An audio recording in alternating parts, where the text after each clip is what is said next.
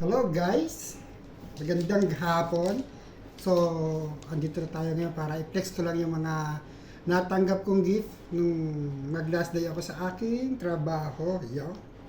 So, isa-isahin ko lang siya. Ito guys, ang hula ko dito, ano to, pabango.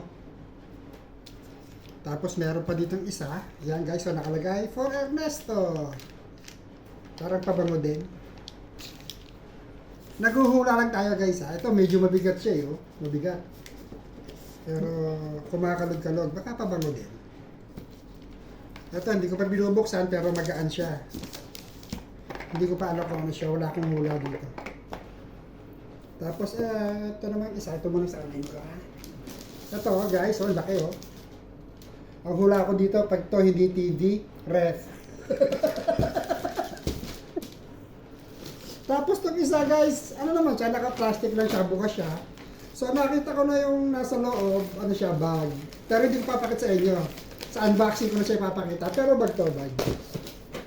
Then ito, galing kay Danny. Mga chocolates. Alam ko chocolates. Kung hindi ako nagkakamali guys ha. Meron pa tayong isa dito, ayan, nakalagay, Ernesto Household, yan. Hindi ko alam kung ano nakalagay sa kanya, nakaano kasi fully sealed siya, naka-stapler. So pag unboxing ko na lang siya, malalaman ko.